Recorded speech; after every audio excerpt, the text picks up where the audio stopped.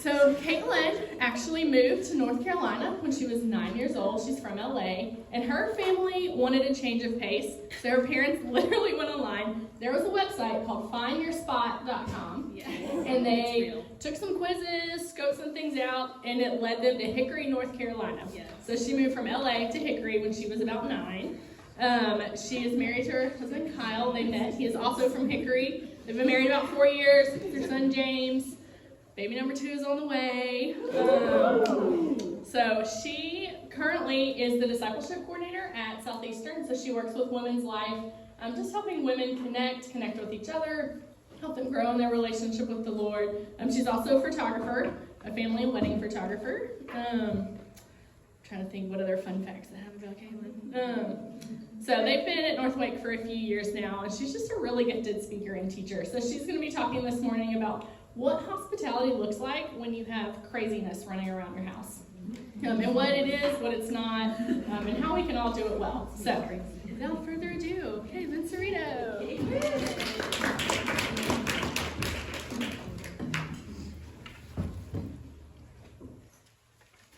Can I just say, I might have to raise this. Sorry. Yeah, it's okay, I'm short. I'm not that tall. I'm only like slightly above average, but I don't know. I literally love sharing that story of how my parents wanted to move to Hickory, North Carolina, because it's real. Like, they literally went on the website, findyourspot.com. Last time I checked, it still existed, but it was under construction. So I don't know. You may want to give it a try, but I can't give you a guarantee about that.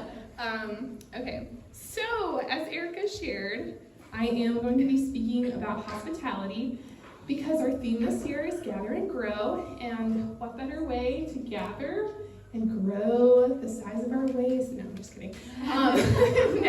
But grow in fellowship with each other. And I know that this can actually be a really discouraging topic because it feels very hard to do when you're in the little years, and I am literally in the little years right now. So I am with you, and I am not trying to bring suggestions that will be like unmanageable, but really feel like they can be one little step toward this ideal. But before we get started, raise your hand if you are a like hardcore no Christmas decorations until after Thanksgiving. I just need this in my soul. Okay, there are some. Yes, I know, because I used to be one. This year I'm changing. This year I'm like, I'm ready for some Christmas decorations. And I went to Target and accidentally spent $27 on like little mini Christmas trees that like, they're in the $1 aisle. Can I just say, they're $1, but they're $5. And this is not Target. You need to fix this.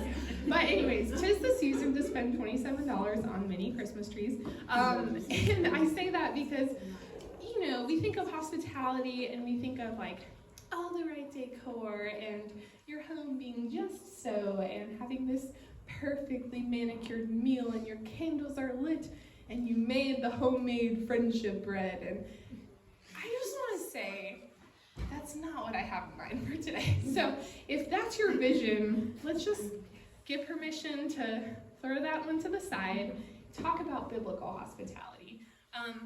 Before we dive into like the actual heart of scripture on it, I read a really helpful article that Jen Wilkin wrote, and it was on the Gospel Coalition a couple years ago, and she talked about entertainment versus hospitality.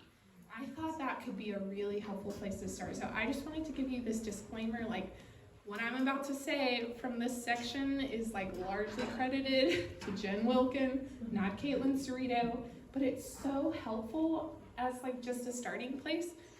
Because I think this is where we can get really mixed up with hospitality. So thinking about this, actually, can I grab this name? Is that? Yeah. Am I breaking rules? I like to keep the rules, so I'm tentative to like grab a music stand that wasn't already there. Okay, but this is also down a little bit. Yeah, there you go. Okay, but now this. Maybe I'll hold this. I'll do that. Can I do that? I'm breaking all kinds of rules. Do whatever you want. Maybe I'll trip over this. Okay. All right. Thank you guys for bearing with me. So, the difference between hospitality. Oh, I feel great holding that. Let's let you hold it. Thank you. So, listen to this. Entertaining involves setting the perfect tablescape after an exhaustive search on Pinterest. It chooses a menu that will impress and then threads its way through each stage of preparation. It requires every throw pillow to be in place, every cobweb to be eradicated, every pile to be neat and orderly.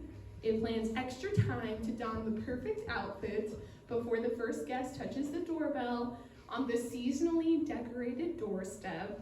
And should any element of the plan fall short, entertaining perceives the entire evening to have been tainted.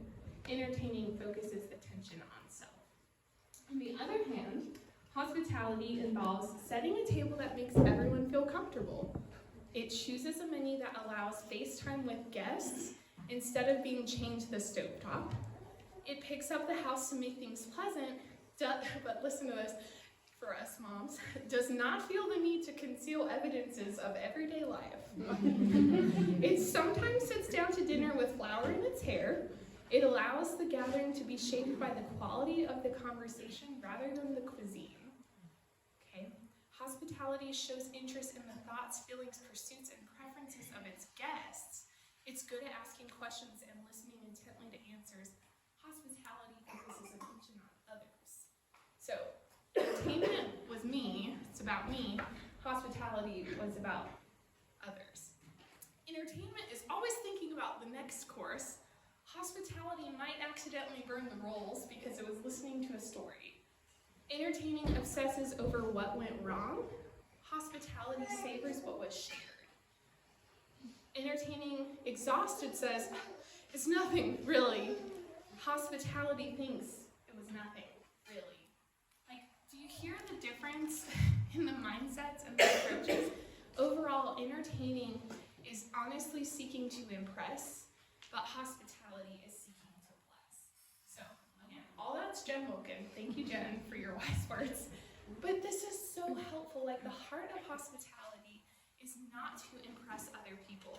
And when we get that, it frees us from all of these standards that we just put on ourselves of what this has to look like. Because if that's our mindset to impress, we're going to be chained to this perfection mindset. We're not going to approach it, we're not going to touch it, we're not going to try to be hospitable. Or if we are, we're going to crush ourselves under this standard. And then we miss the whole point. So instead, hospitality seeks to bless. This might be an ideal that you have never thought of before, or maybe you're like, I really do want to be hospitable, but I just don't even know where to start. There's a lot of barriers to it, so we're going to talk through some of those barriers. But I just want to say, this talk is not designed to heap condemnation on you and be like, why aren't you doing this more? You should be doing this all the time. Be like me, be awesome. I'm still figuring this out too. This is designed to empower you and free you by showing you the biblical vision and getting all the other weird stuff that we put in the way as the focus, getting that out of the way and keeping what's really important as the focus. I don't want this to be one more thing that you feel like you need to do, but really turn into a pattern of the way that you live your life, and that revolves around friendship and being around other people, because that is part of hospitality. So one practical question you could ask yourself during this talk is what is something that I already do that I could just invite other people into? Because that's the heart of hospitality is I'm going to be around others, I'm going to be a lover of strangers, I'm going to be someone who welcomes people in. So what's something I already do? If you feel like your life is so packed full, there's literally no way I could come up with 1 magazine a week, every week to do this, don't even put that pressure on yourself. Have a biblical view that says, this is not about adding one more thing, it's about caring for the people that are around me and in my circles of influence. Hospitality involves sacrifice, intentionality, and friendship. I think those are 3 really good ingredients, since we're talking about food sometimes. sometimes. Sacrifice, intentionality, and friendship. And it does not have to be limited by your age or life stage. So most of us in this room have little kids, and it is hard. We can find a way, because if this is something that God helps us to do, and he didn't put a little clause in scripture that was like, except for when you have 3 little ones grabbing your legs and pulling out your hair. It doesn't actually say that in the Bible, so we can find a way to make this work, because he's a good God who gives good words to us and is not trying to stretch us beyond what is reasonable without total dependence on him. So, speaking of God and the Bible, I am not the person who originates these ideas that I'm talking about. So this book is the manual on hospitality. So I looked in it to get like an understanding of, is this like an actual thing like in the Bible that we're supposed to be hospitable? Newsflash, yes. So 1 Peter 4, chapter 7, great start. The end of all things is at hand, therefore, and then it lists a bunch of things like good qualities, like being self-controlled and sober-minded and loving each other earnestly. Like that sounds like gathering and growing. But then it says, show hospitality to one another without grumbling, and continues, whoever serves is to serve by the strength that God supplies, in order that in everything God may be glorified through Jesus Christ. Like, what a good reminder. It's a really hard thing sometimes to open your home and to pursue this virtue when you have so much going on and you're just trying to care for your own people and your own walls. Whoever serves as the one who serves by the strength that God supplies, in order that in everything God may be glorified. The goal is not to impress, right? It's to bless for the glory of God. Another verse about this is in Romans 12. This one, not as scary as the last one. The end of all things is at hand, therefore be hospitable. This one says, let love be genuine. Okay, like hospitality is an outflow of genuine love. Like all of us in this room want to be women who genuinely love others and want others to feel genuinely loved. So how can I do that? Well, among a lot of other things that it lists out, it is that we can contribute to the needs of the saints and show hospitality. So, in that word, hospitality there specifically means like a lover of strangers. So in the idea of hospitality, it's like you're taking care of your own people, taking care of the people in God's household. You're also taking care of strangers and those who are far off. I think all of these are really helpful ideas to kind of get our thoughts rolling. Like, this is a biblical ideal. This is not something that I am making up to heap condemnation on you, especially as we enter the holiday season.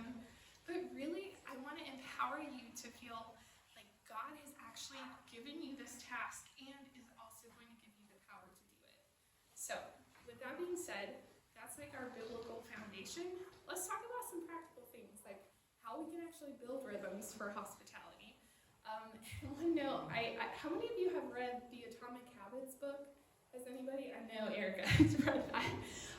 Okay, I have actually not read the whole book. I read like a really fancy summary of it. I can't think of the word right now, but it was like an executive summary or something. I don't know, but it had this really helpful quote in it, and it talked about habits being best formed when they're in relationship to your identity. So, like, think about this with me. Instead of being like, I want to clean the house every day. That sounds really scary, right? Probably not going to happen if that has not been a pattern. But then think about you saying, like, I really want to grow in being an organized person. And then slowly over time, you start to build habits that get you toward that goal, that identity, for instance. That's what we want to do with hospitality. We don't want to say, like, I want to have someone over every Tuesday night for dinner. We want to say, I want to be a hospitable person, and in life and in the seasons that I'm in, I want God to grow me and show me how I can do that. So we want to build habits that are in relationship to our identity, not just tack on a bunch of to-do items. Atomic habits, there you go. So thinking about that, it takes planning. How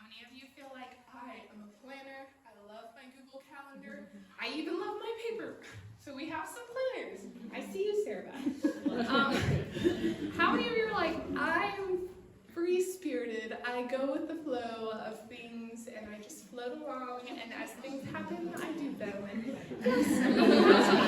Yes, Laura, I see you too. We have both people, and so I'm going to be understanding to both. And I'm going to say that hospitality takes both. Okay, so this is something that my husband and I have been pursuing probably for like the last year and a half, like intentionally. We're growing in it still, but like we didn't actually grow in hospitality until we like wrote things down on our calendar or like sat down and sent texts to people and we're like, we want to have you over, when can you come over? So some of my tips will feel more like this world of calendars and planning, and I want to push you in that because it really does take intentionality to be hospitable. I'm not going to say it takes you being this type A personality. It takes intentionality. So think about what I'm saying and like, what could that look like for me if I'm over here in this category of like, I flew along with life. Like, so all of my tips might not feel like equally applicable to you, but I want you to try to think about it through this lens of like, let me just be intentional. Okay, so I'm going to say that like, you do not have to do every one of my tips. There's grace. There's more than one way. These are just what have worked for us, okay? So one tip, which this one honestly blew up in the last couple months. So I used to plan meals monthly. I used to sit down and I would write down like for a whole month, which sounds scary, but it actually was nice because I hate meal planning. And so I was like, ooh, I want to do this as few times as possible. So once a month instead of once a week felt good. That one I had in here as a tip in case that still feels good to you. We would have like themed nights, like Monday, we'd always have like, it would be a meat and a veggie and a grain or something. Or like Tuesday would be Taco Tuesday. You guys know stuff like this. Wednesday would be Waffle Wednesday, which is like breakfast for dinner every Wednesday. Fridays pizza, things like that. So we would come up with themed nights so that the pressure for coming up with like this impressive meal every time was just not there because you just go with the flow of what you're already doing. We would also grew in like texting people ahead of time at the beginning of the month and make a list of like who are the people we would love to have in our home. Let's just go ahead and send a text. Which days do you know wouldn't work for you? Because that's an easier question than which days work for you sometimes. And then you look at your calendar and you're like, what can I do? So those were some tips. On the spontaneity side, one thing that we ran into is like overbooking the calendar, not just with people in our homes, but like events and things going on. So it didn't feel like we had space to bump into someone and be like, hey, you want to come over after church? Or something like that. So we grew to figure out we needed to mark like an open table day where it was like, we plan to have someone over, but we don't actually know who it's going to be until we run into them in that moment. So that leaves the space for the spontaneous person. You don't have to know who it's going to be. You can't just bump into someone and just walk it off. So it's still planned, but it's also spontaneous. So there's my like attempt to try to be both. So some of the barriers that we have are like our own time and commitments. Like we got a lot going on. I'm a busy person. You're a busy person. I'm not even trying to deny that. One thing for that is a lot of D words. Delegate, drop, delay, and do. Like, what in your life can you literally delegate to someone else? Which, saying that makes me feel like, are we all these boss moms who are so powerful that we're like, I have this whole team of people waiting? No, but if there's anything in your life that you feel like there's someone else who could do this, maybe your husband. Maybe do you have an older child who like could be more responsible and do something else? Or I don't know, just thinking through like, is everything I'm doing essential to like me having to do it? Or is there anything I can delegate? What just like are you doing that maybe just you need to reevaluate and be like, yeah, this is not the right fit. What do you need to drop? What needs to be done, but maybe not right now? Like maybe delay that one. And then you might look at your to-do list and feel like there's the do part got like significantly shorter when I started thinking in those categories of what can I delegate, what can I drop, what can I delay. then our own time and commitments might feel like not as pressing in on me because I've thought through and evaluated what are some of the things that could change. That's one tip. The second, this sounds really heady and spiritual, but it's really helpful. Think about what matters in eternity. Like, I get in these binds and I get so stressed and I'm like, oh, I gotta do this, and then that thing, and then that thing, and then I kind of forget that there's actually more than this life right here, and not everything that I'm doing right now matters in the grand scheme of eternity, and in the fact that the most important thing about you is that you are a human being created by a God who loves and knows you and designed you to live with him forever, and that's the transcendent truth above any of our circumstances. And so when we are getting all stressed about what's going on, we can think, does this actually matter in eternity? Maybe that can remove some of that pressure. And then ask yourself this question: is my busy schedule a result of prioritizing the wrong things? What can I prayerfully drop from my schedule?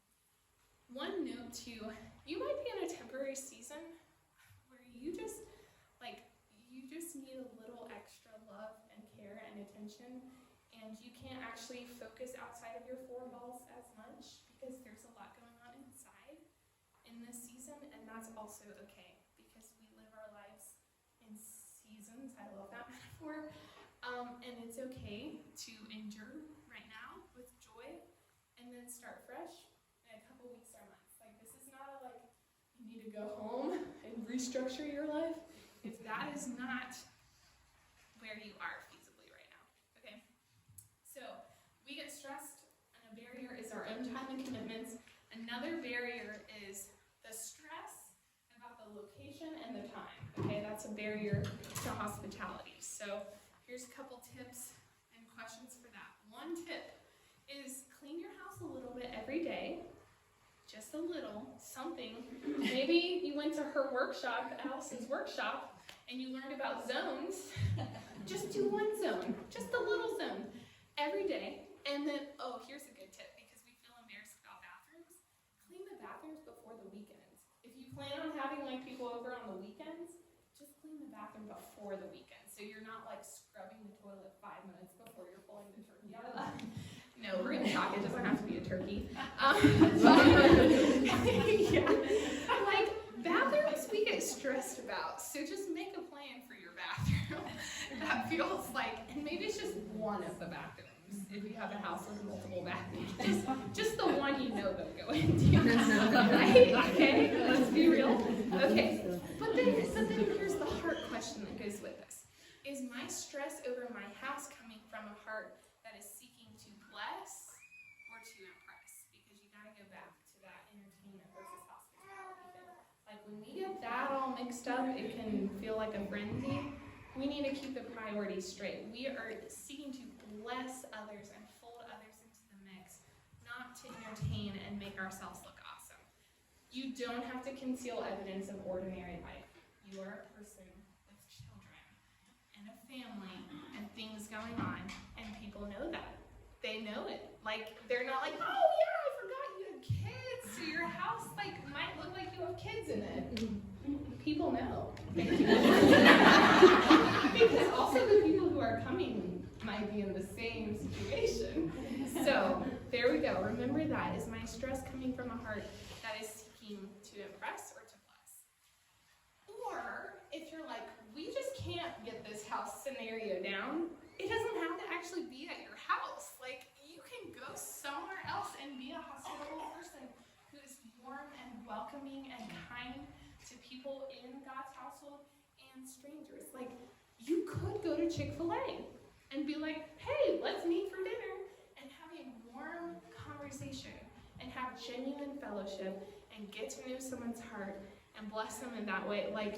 It doesn't literally have to be at your house. If it was warmer, I would say go to Joyner Park and go on a picnic. Maybe go in your backyard.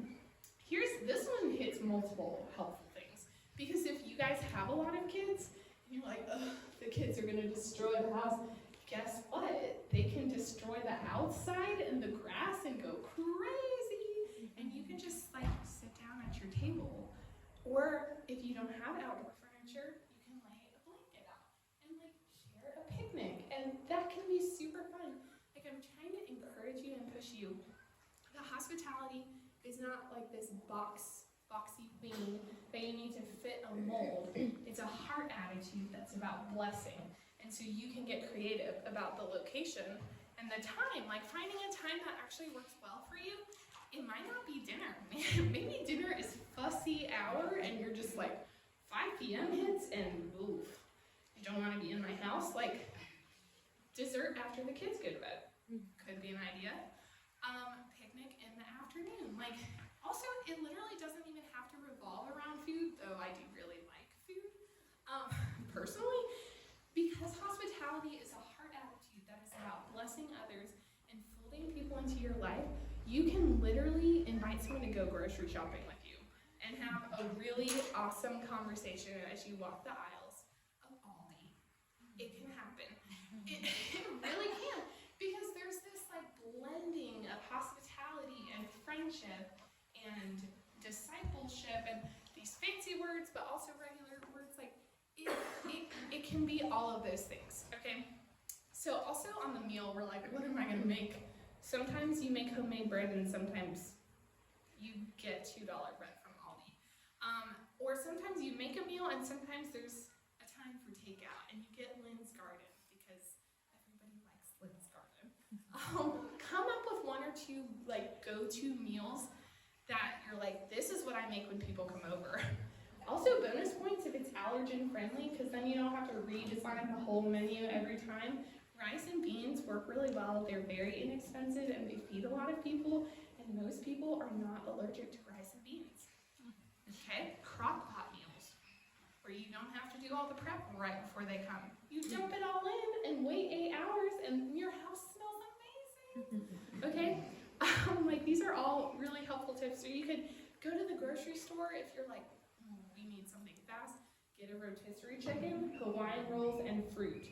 Bam, you got it. Or like soup is perfect this time of year. Like you can come up with really simple meals that do not have to be this like 5-hour prep situation.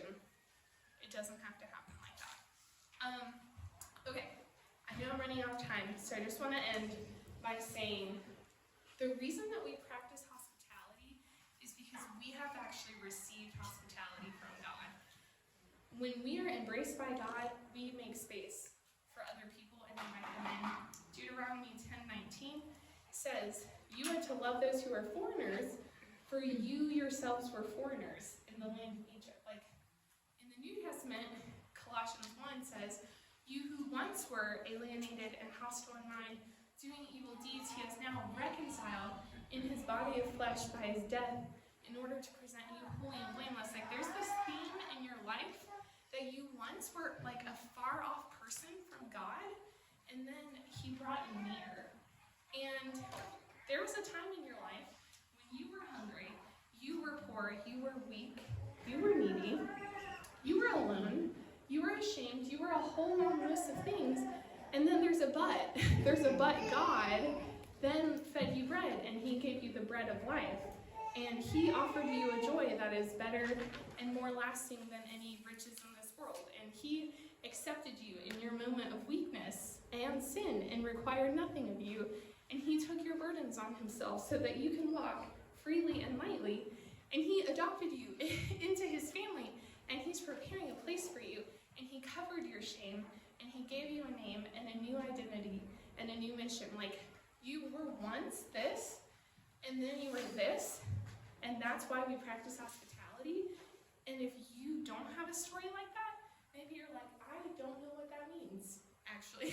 Like, hospitality from God, this is, like, hospitality is treating outsiders like insiders. God treated us as an insider, even though we didn't deserve it. And this is how it takes place. Jesus Christ came for you and is coming for you. And if this sounds crazy, talk to your table leader and the ladies at your table.